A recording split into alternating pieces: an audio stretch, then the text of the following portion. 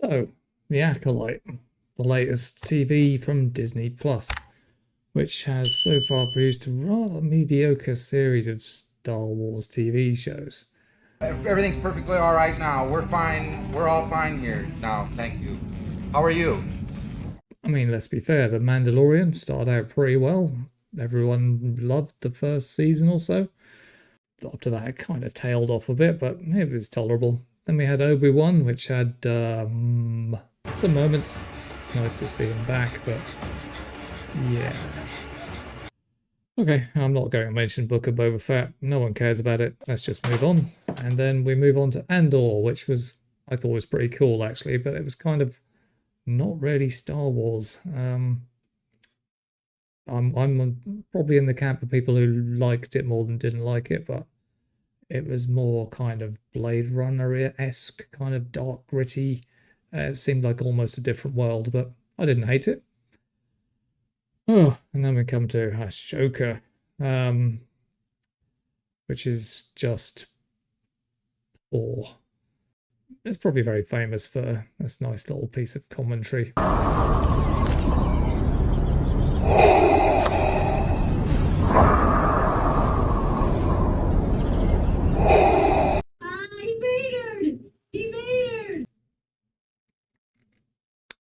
Next up, we have The Acolyte, which so far has led to some rather long reaction videos, some really disgusting memes, which are funny at least, but they're gross to be honest. And a trailer has been released.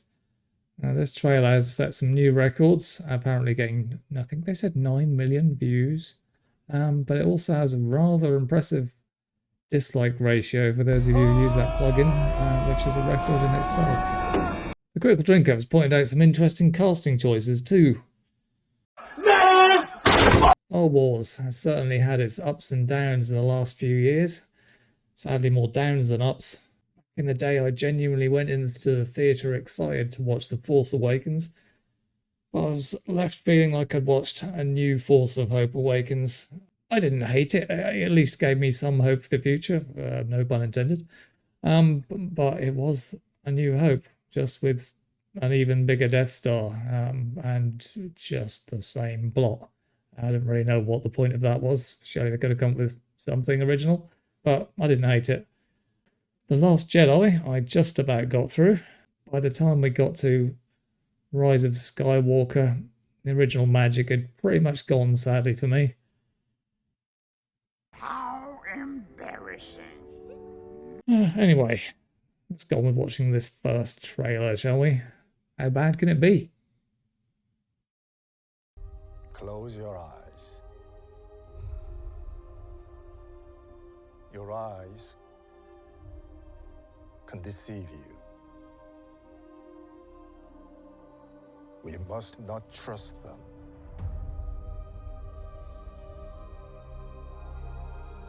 Tell me what comes into your mind.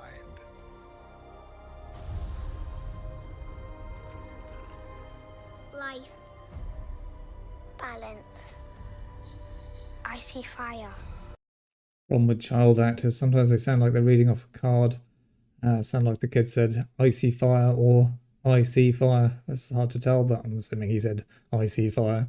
Just didn't have any kind of gravitas, but he is tiny. And of course, the kids in the Clone Wars were probably even worse than that, so I'll let them off.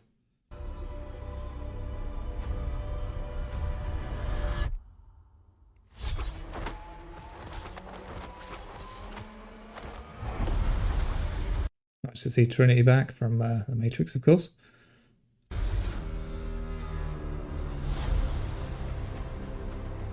Someone is killing Jedi. Someone is always killing Jedi. It doesn't make sense.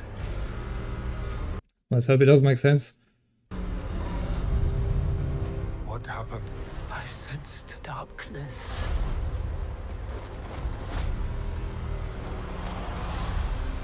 Mixing martial arts and the forced use of Jedi type abilities to push people around kind of makes sense. Seems like they'd work well in tandem.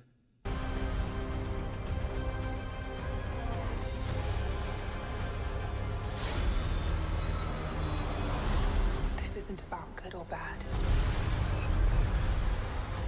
This is about power and who is allowed to use it. What is that?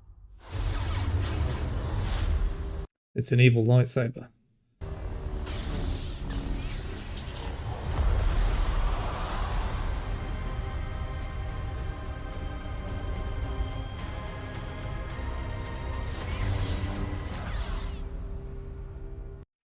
Well, that doesn't really tell us a great deal. Well, not to me anyway. I'd say it looks okay. I'll certainly give it comes out, the first 2 episodes come out on the 2nd of June, so I'll certainly give those a try.